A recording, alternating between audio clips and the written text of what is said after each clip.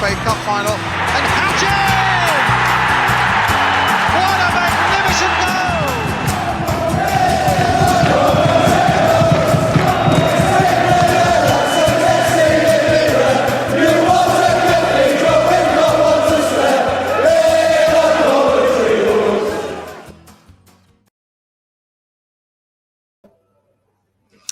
Good evening and welcome to All Things Sky Blue match preview against Bristol City.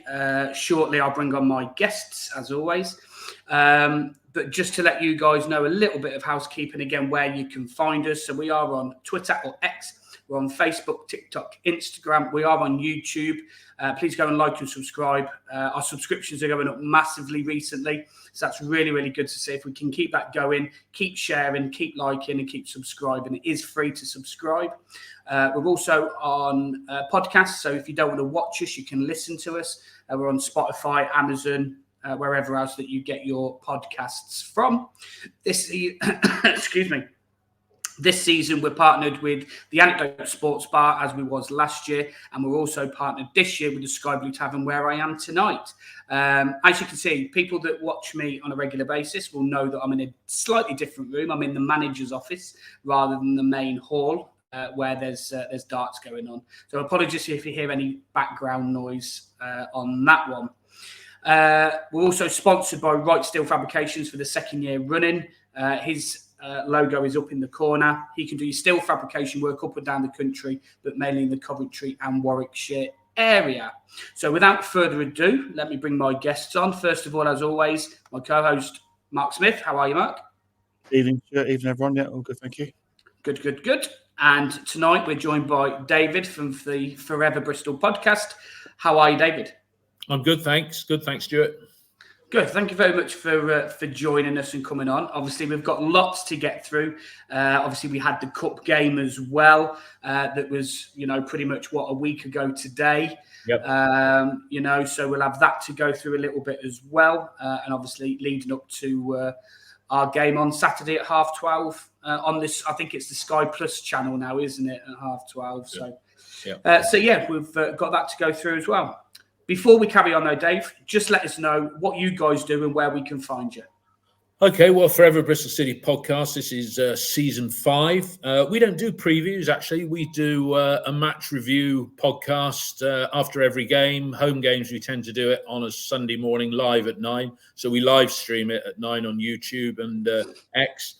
And then obviously, like yourselves, it goes up to the various podcast platforms. And then we do occasional specials like season previews, the occasional ex-player, that sort of thing. So yeah, it's usually me plus 2 or 3 other guys, and about an hour long, and do it for the kick really. And we're part of the TalkSport. We're part of the TalkSport fan network, which means we get a small amount of advertising revenue out of the pot. So we do it for the crack, as I'm sure you guys do.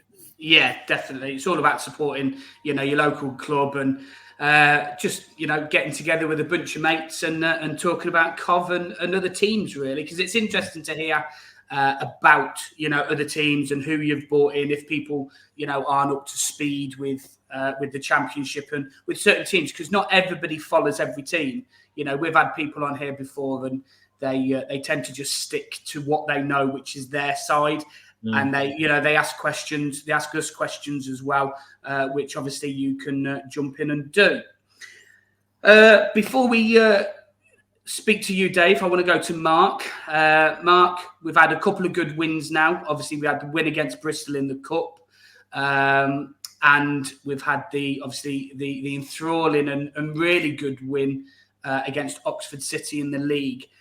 How are you feeling about going into this game against Bristol City on Saturday? I enjoy being Oxford United and Oxford City, just to be clear. Oh, sorry. Yes, Oxford City are in the. I think they're in the National League. I think if memory serves. All right, slight slip up. Sorry. Yeah, I know. I just thought I'd make it clear that I did. I wasn't going to let you get away that one. Thank you. That's fine. I think it's going to be a really difficult game Saturday. I think yes, we're in good form as you might mention. We picked up a really good win against Bristol City in the Cup. Although it's a League Cup, it's not the most important competition in the world, but it's still nice to get a bit of confidence going. I thought the game was pretty even. I'd say Bristol City were probably the better side first half. I thought they probably caused us more problems than us. A few shots, which, to be fair, Ben Wilson, I thought, had a good game, actually, in fairness. And we didn't really threaten them. Casey Palmer hit one over. And you'd probably say if it was a boxing fight, after the first few rounds, you'd say Bristol City would be ahead in points. But obviously, games aren't decided like that. Well, not in the football sense anyway. So, second half, a lot better, much better performance. I thought the changes that Robbins brought made a big difference. Ellis Sims took his goal really well. So, I think it was nice to get one a goal and two an away win so early in the season. Even though it's a cup, it's just nice to get the feeling of winning. So, at least we're going to the game on Saturday, knowing that we've had a good victory at Bristol City. And I think if you look at past games between Coventry and Bristol City, it's always quite tight games. There's always a goal or two in it. Last season, Bristol City won by the goal to nil with Rob Dickey scoring with a header. And then he goes to the game at the CBS Arena, and guess who scores again? Dickey. So he likes scoring against us. So that's a player we've got to watch out for on set pieces. And then obviously looking back on the Oxford game, it was a really, really good performance by the side. I think 3-2 possibly flattered them, shall I say. I thought we could have won by more if we took the chances, but a little bit of sloppy defending, got them back level in the match. So I think looking ahead to the game, I think it's a difficult game. We need to start winning away from home, if I have to be honest. We need to get a goal. Obviously, we haven't scored yet. But I'll be honest. I'll be happy with a point. I won't be disappointed with a point there because Bristol City are a decent side at home. You look at their recent results. I watched, for example, like last season against Leicester, and they were superb, Bristol City. So they are a good side. Obviously, they've still come to the transfer business side of it. They have spent a bit of money, but obviously they've sold Conway. So it won't be an easy game. I expect a very difficult game on Saturday. Yeah, Dave. It's how right. Let's go back to the cup game first. How was you feeling about the cup game?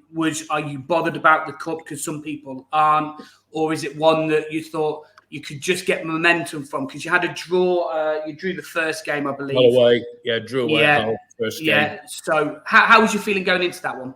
I think we were going in. I mean, the whole game away, it felt like a defeat because we dominated them. Got a penalty, got a goal 6 minutes before the final whistle from one of our new signings, and then Joe Williams conceded a needless penalty. So it felt a bit like a defeat, but we went into the Coventry game. He made 7 changes, I think, but we didn't feel a weakened side. And we obviously harked back to 2017 when we went all the way to the semi-final. So I was hoping that we'd have the 2 rounds of the cup before the international break, and I thought it would be nice if we beat you guys, but we didn't. And as Mark said, the key point in the game was when you made a quintuplet of substitutions. What a word! I know. I don't know if there is such a word. I've never heard. Yeah. What do you say? Quintuplet. Anyway, it was 62 minutes, and within 3 minutes, it made a difference. Now Mark Robbins is a much more experienced manager than Liam Manning, but you mentioned the Leicester game, and we had a little run at the end of the season where Manning's style and everything suddenly started to come good. I know we lost at Stoke 4-0 on the final day, but we beat Leicester, and there were some good performances there. 7-game undefeated. We weren't stunning. Leicester, we probably were, yeah. And we had Twine in then on loan because he got injured in his first game on loan and missed about 8 games. We had a rocky patch, but no, getting back to the question, we went into the game against you guys in the cup wanting to win. And I think the manager did as well. Yeah. Okay, cool. Obviously, as you mentioned, you made 7 changes. We made several changes as well to the team that lost 1-0 against Stoke. Really poor game. We weren't, to be fair, I think Mark will agree, we weren't going into that one very high on form or confidence or anything really. And we were kind of, if I'm honest, I was probably more of if we lose, we concentrating on the league and we concentrate on Oxford. But it just so happened that we actually played a lot better than I thought we would, and that gave us confidence going into the Oxford game. Yeah. Now, obviously, you've had a game previous. We beat Oxford 3-2. You had a bit of a mad game against Millwall, didn't you, at home? 4-3 it finished in the end. Yeah. How was that game, and does that take confidence going into that one? I can tell you about that. I mean, Millwall, they're usually tight games against Millwall, and under Neil Harris, they came to play football, and we were really the first 12 minutes. We got the 2 goals, and there were 2 good goals. Mehmeti scored the first, and then one of the lads we signed, Sinclair Armstrong from QPR, he's a beast up front. I think he's got more physicality about him than Sims. So we were 2-0 up after 13 minutes. Then I'll be honest, I think we let Millwall back into it. They hit the post. We went in at half time 2-0, but we didn't feel confident. And then the second half, we came out, and within 15 minutes, they'd taken a 3-2 lead. I mean, the first goal was a little bit of after you in the penalty area where we didn't want to bring a guy down. I don't know if you've seen the second goal, which was a penalty awarded, ridiculous award, and the referee apparently admitted to somebody in the car park afterwards, picture of the person who said this with the referee and his kids, he made a mistake. He said he went with his gut, and we all know if you're refereeing, you should go with what you see, not with your gut. So that was 2-2, and then a cracking goal by Watmore after Jason Knight, who we signed, well, not this summer, the summer before from Derby, his header just spun out and Watmore hit it on the volley. So we're thinking, this isn't good. Yeah, a bit like Stoke last season, 2-0 up against them at home, lost 3-2. But then Millwall seemed to be out on their feet, and we came in with a classy goal from Mayulu. Talk more about him in a minute, maybe. And then it was written in the stars that Twine would score the winner, and they were well beaten by the end of it. And of course, the opening game of the season, they'd been 2-0 up against Watford, 2-0 down against Watford, pulled back to 2-2, and lost that one in the last couple of minutes as well. So I wouldn't want to be a Millwall fan at the moment, but at least they tried to play football. Oh well, I suppose that's one thing that they tried to play football, really. How has Manning changed anything from last season when he came in? Has he altered any sort of tactics that's been noticeable, or is it pretty much are we expecting what the cup game was, just with different players? I think it will be a different game because we've got Scott Twine, and he's a little bit like the missing link. I'm surprised if he was that important to Manning that we left it as late as we did.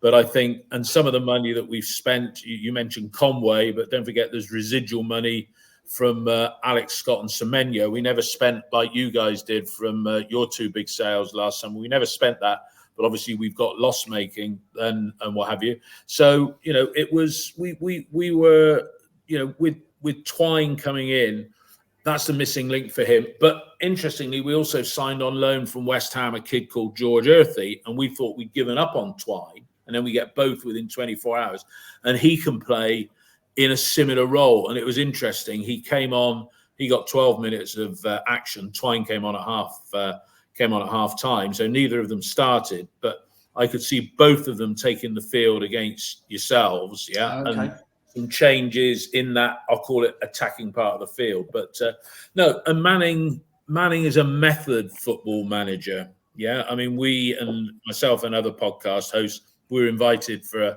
informal meeting with him. And I think, and I don't disagree with him here, he inherited a little bit of Pearson did a lot of good stuff, but we weren't really progressing. And he said that he inherited a team that didn't really have any structure. And then we had a little bit of an upturn, as you'd expect with a new manager. Then we had those games against West Ham where we came in, we played really well in those. But he said some of the players were getting used to the structure, and then they felt constrained by the structure, which may be why we had that bad patch after we got exited by Forest in the Cup. And then that good run was the players getting used to the way he wants to play. And he talks very eloquently. I mean, everybody knows how Nigel Pearson corresponds. He's very dry. Lee Johnson was always a cheeky, chappy sort of bloke. But Manning, he comes across, he's committed, he's ambitious. And as I said to somebody else afterwards, I said, I think we've got a Premier League manager. I hope he gets there with us, because I think if we did flirt or get to the playoffs this season, I think he's just the way he is and conducts himself. I think he's one that is going to be on the radar for lower Prem clubs if not next season, certainly within 2 years, if he does anything with us. Yeah. Wow. High praise indeed. So obviously you've mentioned some of the players already. Obviously the time that I did my research, you signed 8 in and you'd let 8 go out, but obviously you've signed more than that now and probably let more go. Yeah. The ones that you've let go, just a couple that I've noticed are Matty James, Vyman, and Andy King's retired. Yes. So have you replaced for a like for them, or are they going to be big misses? I mean, let's look at those 3 in particular. They were all out of contract. Andy Vyman, who's got himself fixed up at Blackburn, he had that wonderful season with us, 21-22 season, which was his personal golden boot season. He scored 20 goals. You can't fault Vyman's work rate. I was not his greatest fan, and I had to eat a lot of my words that year when he did score a lot because he seemed to run around a lot, and that was it. So was I sorry he was going? I guess so, but you move on. Andy King, as you say, retired. Many people thought he'd get a space on the coaching staff because he is a City fan from his youth. And then Matty James, I think a lot of people thought he was worth another year. And as we're recording this, he's not got fixed up with a club yet. So maybe he's waiting until he's a free agent. When the window shuts, he might be able to get a deal then. In terms of like-for-like replacements, that person was signed in January, which is Max Bird, who was at Derby. And obviously, he didn't know 100% he'd be playing championship football with Derby this season. So he signed for us, played for the rest of that season with Derby, and went up with them. So arguably, he's a like-for-like replacement with Matty James, but I think he's got a little bit more forward flair about him. So we signed another kiddie from Aldershot who's, if you like, jumped up 7 levels in the pyramid. He's going out on loan, I believe, to Cambridge because of the Earthy and Twine signings, but that was a good signing. Some youngsters come in as well, but the main bit of transfer business was done in the summer, where we needed big men up front, and we went and got Armstrong from QPR, 20-year-old, as I say, bit of a beast. And then nobody's heard of this guy, Fali Mayulu, who was playing for Rapid Vienna last season, and he's already scored 2 goals in 2 second-half substitute appearances. And Armstrong got one of the goals last week. Some City fans and former player and a name you might know, pundit on local radio now, Gary Hours, he'd like to see both play, but I don't think Manning is the sort that would play 2 strikers. Yeah. But he is starting to play quite an offensive game. And the one that we haven't seen yet, which is going to be one that everybody's getting excited about, is the Japanese lad, Yu Hirakawa, who can play on either flank. He's been signed from Japanese side Mashida. He was in the Olympics. He got crocked about 10 days after he signed for us playing in the Olympics. Guy got sent off, 2-footed tackle, and we all thought, hello. He's not going to be back until after the international break. But typical Japanese, Liam Manning was telling us at that chat we had with him that, he was watching him in training and he put in a cross, and Manning said to him afterwards, that was a good cross, that had real sort of pace or have you. And Hirakawa was saying, yeah, but I'd like it to have been 2 feet higher. Yeah, so if we can sort of compete, if we've got somebody who's that accurate in their thinking, that dovetails in with Manning. And I'll be honest, I think you've got him, Mehmeti and Sykes competing for one spot, because I don't think we can play with 2 wide players.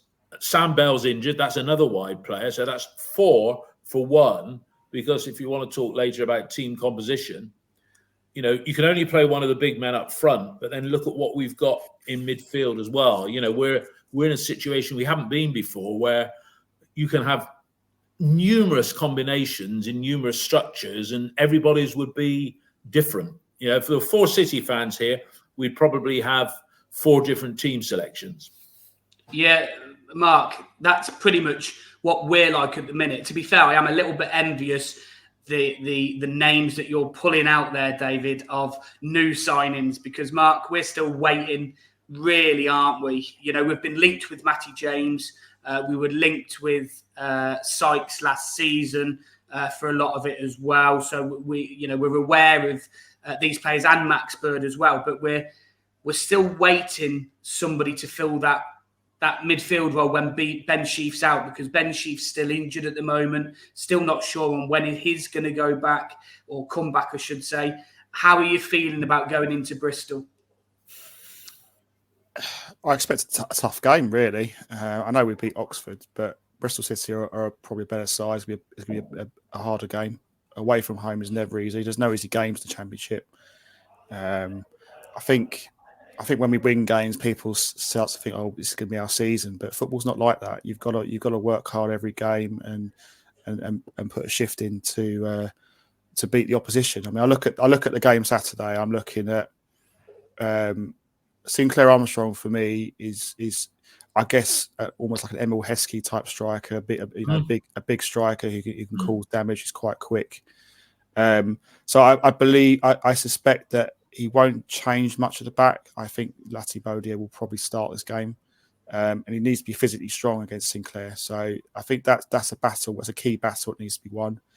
Not just that, I mentioned set piece as well. That they beat us last season for a set piece, so we've got to be, concentrating and not make mistakes at the back. Because despite the fact we won against Oxford, we gave away 2 really poor goals, and we got away with it that game. We won the game, we got away with it, but against the Bristol City away, we may not get away with it. I know they won 4-3, so you could say they can concede goals as well. But we can't have to score 3 goals to win a game. We need to try and win a game 1-0. It'd be nice. I'd take a boring 1-0 win all day long.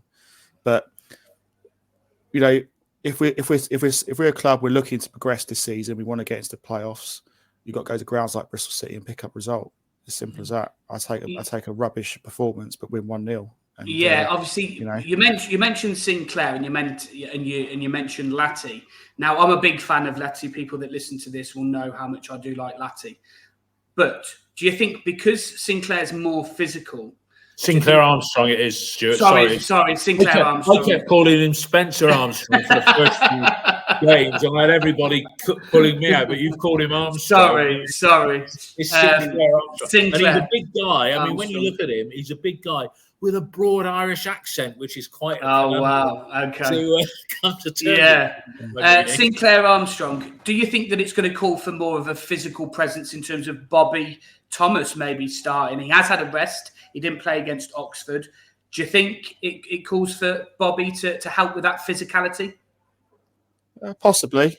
But then I guess the argument is, why would you change a team that's just won? I take the argument that, kind of Lati was partly at fault maybe for the first goal. We could do a mix up of him and Eddie Sims, but look, whatever the manager decides, you've got to back. I don't have a problem with Bobby Thomas starting. It doesn't really bother me personally. I would just think, why change a winning team? That'd be my approach. But we've got to be on our guard, because let's face it, when we played the cup against Bristol City, they were the better side first half, and if they had their full strength side out, they could have been 2 up at half time. That we've got to go that mentality of we've got to be hard to beat. We've got to, when we defend, get men behind the ball and don't let them settle. We've got to be like how we approached against Oxford, how we started that game. We were fantastic.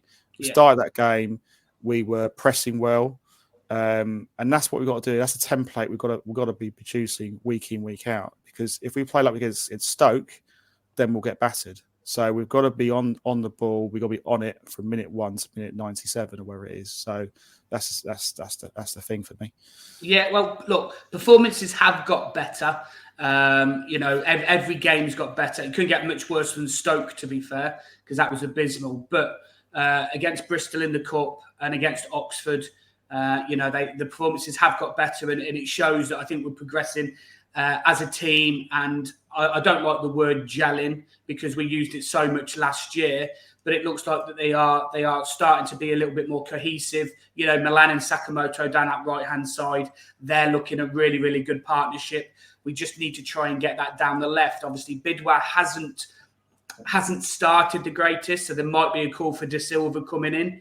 But whoever that left-hand side is, they've got to look at that right-hand side and start getting that partnership working. Do you have any questions, Mark, for David at the minute?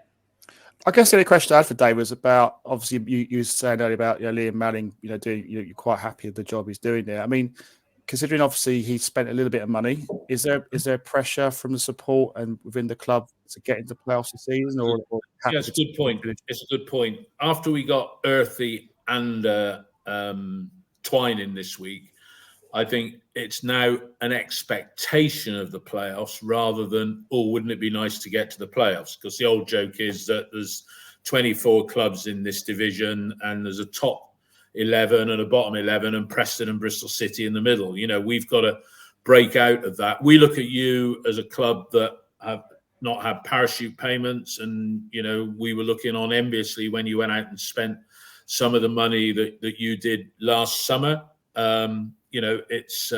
We haven't done that. He has been allowed to spend more than Nigel Pearson, but I think Nigel fell out with the board, so his departure was always going to happen. But no, Liam Manning, is there going to be pressure? It's, as I say, hope is starting to morph into expectation. Yeah. So, and the board always says, as any club in the Championship, the board of all clubs are going to say our ambition is to get to the Premier League. Yeah. And then when you look at what the table looks like, and there's some big clubs in there. So, and we needed to win, we need to win 3 or 4 more games. 4 more games than we did last year. That's not a great deal to ask for, I don't think, really. We had the 4th best defence last year, but the 19th or 16th worst attack. Defensively we were strong, and our defence at the moment, we haven't talked about that, but it pretty much is, O'Leary in goal, Tanner, Viner, Dickey, Pring, they pick themselves, and solid, he's injured. He's injured at the moment, but there's no place for Ross McCrory, who was on the Scotland World Cup. Euros squad. Cal Naismith, he can't really get in the team at the moment. Rob Atkinson's been out injured for a year. We've got that strength there when everybody's fit. But I think people are expecting something now that maybe prior to seeing Mayulu and Armstrong play, it was, well, we don't know anything about these guys, but they've both impressed, as I say, with the Japanese Hirakawa to come and show us what he can do as well. Excellent. Well, look, we're both similar teams. I think we might be slightly ahead in terms of where we want to be as clubs. I think we're slightly ahead, just like I think Brentford was slightly ahead of us, and people like that, really. So there's just stages, isn't there, going through different seasons, and I think we're a little bit ahead of you guys. I still think that it's going to be a hard game. It's always a hard game against Bristol City, no matter what, home or away, doesn't matter. I just think that, going into this game, I am a little bit happier because I think that the goals that Oxford scored were a little bit fortuitous, really. And I think if we iron them out, and get a little bit of luck, but our direction rather than the opponent's direction, them 2 goals don't go in, or one's called slightly offside. So it's fine margin. It's fine margins. Absolutely, is what it is. Absolutely. Yeah. Any threats that you see from us from different from last year, or are the threats still the same? Well, I mean, Ellis Sims has got 4 goals in 4 games against us because he got 2 on the opening day last season when he was at Sunderland. Casey Palmer, I think, has always got something to prove when he's playing against us, and he seems to be getting minutes on the pitch at the moment. You've obviously got Jay De Silva in there as well. We weren't devastated at losing Tommy Conway. You might think that's strange to say. How did you guys feel about losing Callum O'Hare out of contract? Do you want that one, Mark?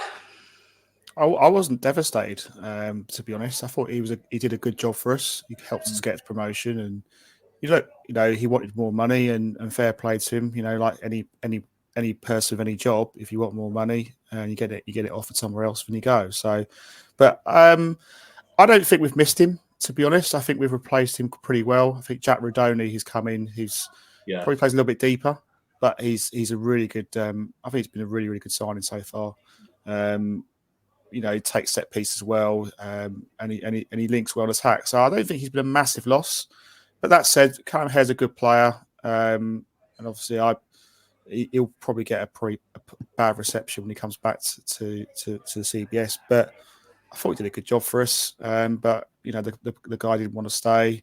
I think the reason why he'll get bad reception is quite clear because he was injured for quite a long period of time, and then he repaid us by going. So I think that's the thing that I think that irks a few supporters. But from his point of view, he obviously felt that he wanted to play at a club that maybe felt.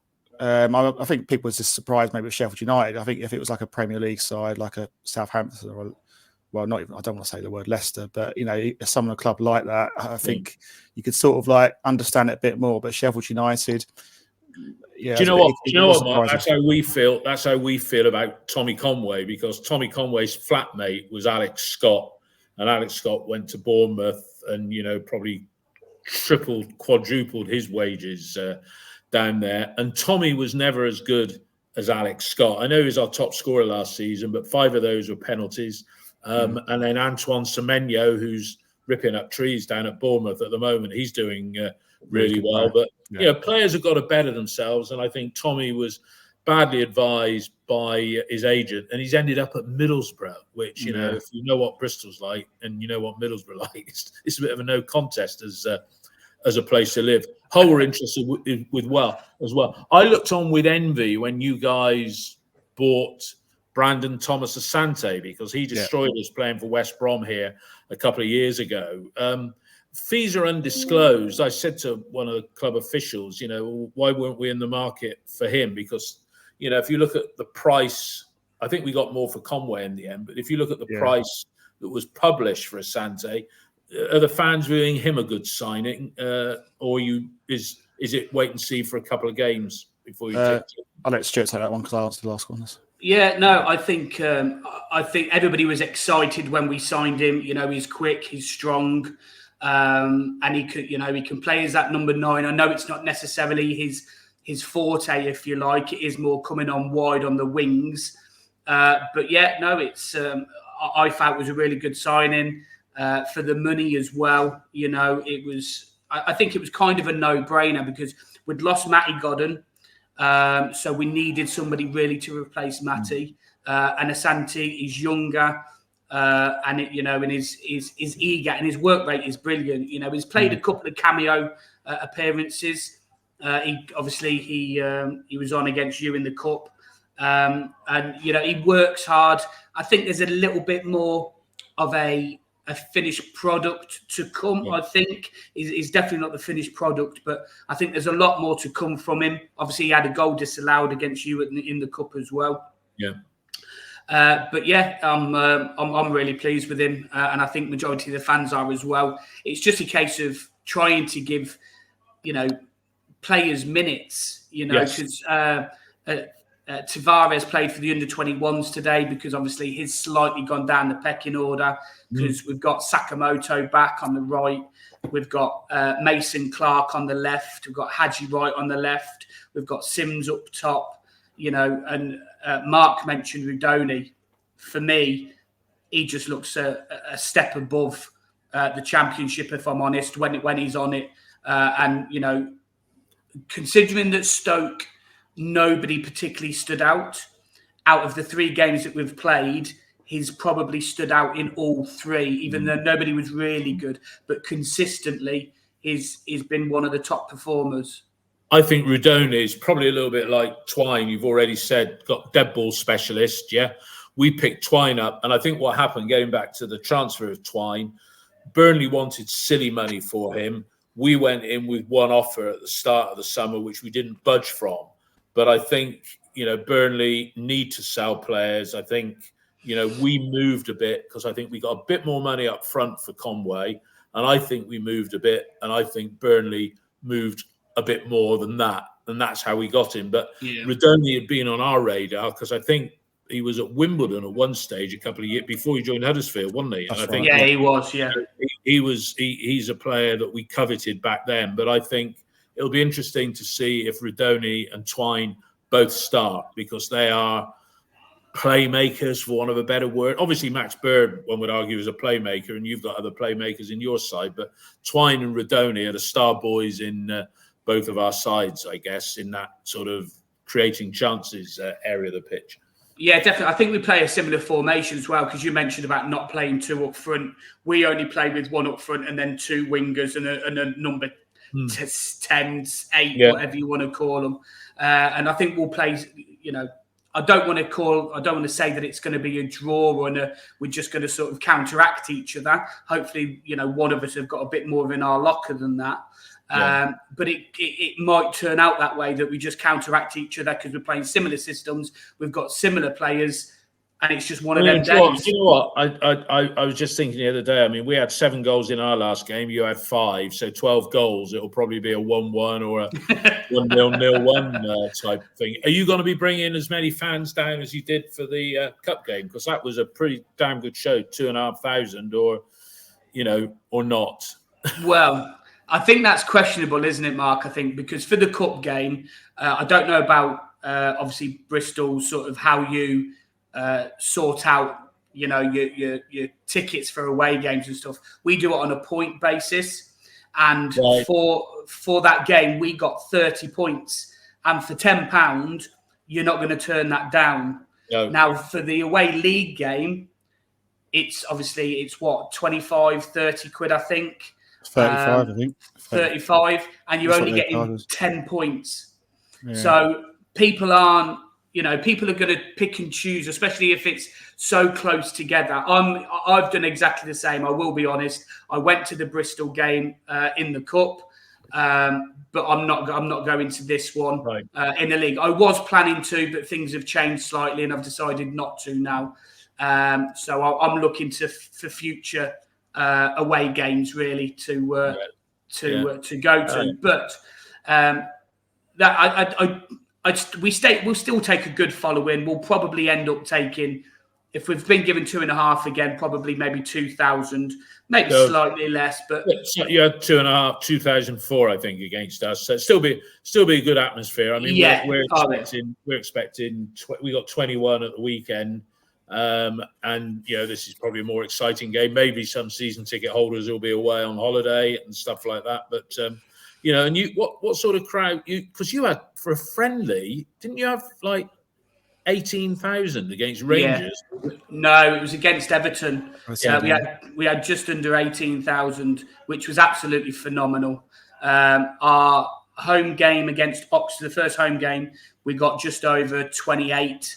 Yeah. So this year, a bit like yourself, there's more expectation on us to get up that league, and the crowds are proving it. I think we'll, last season I think we averaged about 24, 25,000. I think it's going to go up by at least 2,000-3,000 this year average. Fantastic. That's good. So yeah, that's how I feel. What do you think, Mark? Yeah, I mean, we've got 21,000 season ticket holders, haven't we? So I mean, that's a good starting point. That's very. But good. I think the fans are excited about the football we play as well. It was like I like it. It's a baseball a bit in cricket terms. It was like that kind of approach of we're going to score more goals than you, we're going to win. It's a bit like the Kevin Keegan Newcastle side. You could have likened it to that a bit. And the game against Oxford kind of typified that a little bit. Yeah. Although I felt our defending was pretty atrocious for a couple of goals, but nonetheless, we did deserve the win. But I just want a boring 1-0 win on Saturday. I don't do anything like that. I just want to win. But if you go to the predictions, I'm going to go 1-1. There you go. I'm sitting on the fence. That was going to be my next one, Mark. I can read your mind, Stuart. I know you can, mate. I know. Yeah. So obviously, Mark's gone for a 1-1 because he went for a 1-1 against Oxford. Normally, I'd have a go at him for sitting on the fence, but I won't because we beat Oxford. So if he goes 1-1 and we win, then I can't argue with it really. You can leave you lose. That's fine. David, are you a predictions man? Are you happy to give us a prediction? Well, I do. There's about 60 of us in a prediction league that somebody does a little website for it. It's been going for about 20 years, and that I would have come first had Stoke not scored that fourth goal on the last game of last season, right? And that cost me 400 quid because we do it. Yeah, nice. I know. Anyway, so I'll do a prediction, but I'm not very good. I'm going to say, my heart says it's probably going to be low scoring, but I'm going to say it's going to be 3-2 to us. Wow. Okay. So there's going to be goals in it again. It's going to be goals. Yeah, I'm trying to be optimistic and positive because I think you guys, you can play a bit. We'll play a bit as well. We never win 2 games at home successively, but there's a first time for everything. The confidence is high. I think if he'll start Twine.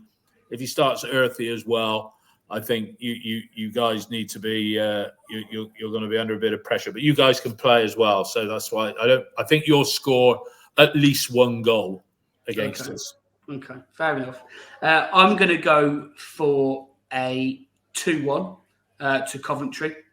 I'll always back my team. I just feel that the performances have got better, and I think we're just going to get better and better as the season goes on. We struggle to beat you guys at home or away normally. The last time that we beat you, I think, was 2022. The last time that we actually beat you. So I just think that win has got a monkey off our back slightly, and I'm going to go for a 2-1 win. It's going to be nervy, but I'm going to go for a 2-1 win. Yeah. So, any further questions, Mark, for David before we wrap up? No, nothing more for me. No? Okay. So, as last season, David, I do a quick fire questions. I would like one-worded answers, but it's fine if you don't. It's okay. And this year is slightly different. I'm making notes on your answers. So on the reverse fixture, we've got something to look back to. Okay. So first one is player to look out for you guys. Fally Mayulu. Okay. Where will Cov finish? 8th. 8th. Where will you finish? 6th. Okay. One player from Coventry that you'd like to take?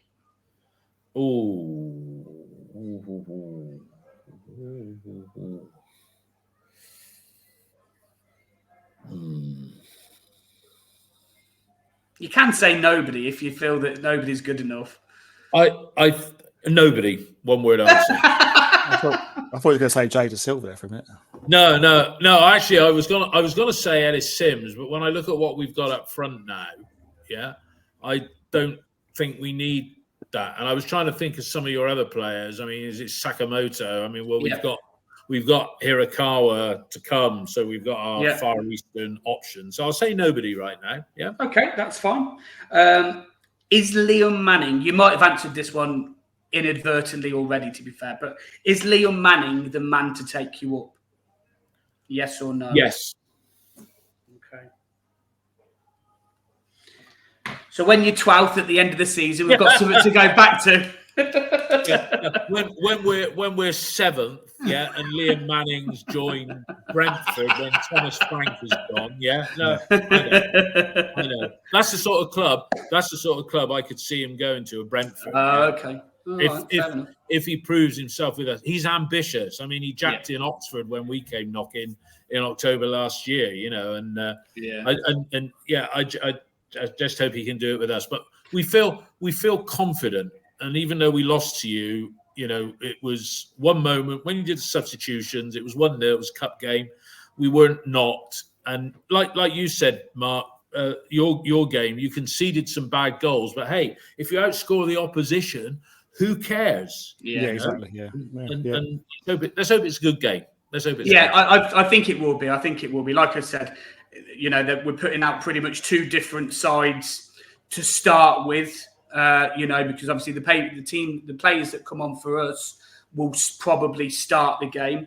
And you've got Twine in there now that you'll start probably, and other people like that as well. So, I think it will be a close game, and I think it will be a really, really good game. Thank you very much for joining us, David. Much appreciated. We'll have you on for the reverse fixture as well, if that's okay. Absolutely, love to. So before we go, just let us remind us where we can find you again, David. Forever Bristol City Podcast on Twitter, X, as it's known, Forever Bristol 1. Find us on YouTube. We've got a channel on there. We've all got Faces for Radio, the boys on that, and Spotify and Amazon, all the usual podcast platforms. Brilliant. When we finish recording, Dave, don't shoot off. We'll have a quick chat afterwards as well. Sure. Just remember where you can find us. It is scrolling down on the ticker below as well. We are on X or Twitter, Facebook, Instagram, YouTube. Again, please go and like and subscribe to anything that we do. If you listen to us on Spotify or Amazon or wherever else that you get your podcast from, please go and rate us 5 stars. We're partnered with the Anecdote Sports Bar, and we're also partnered this season with the Sky Blue Tavern, where I am today. And we're sponsored by Wright Steel Fabrication Works. As I said before, he can do your steel fabrication work up and down the country, but mainly in the Coventry and Warwickshire area. Mark, as my co-host, thank you very much for joining me again. Pleasure. David, you've been a star. Thank you very much. Good luck for the rest of the season, apart from, obviously, our fixtures. Of course. So all I'll say is play up Sky Blues.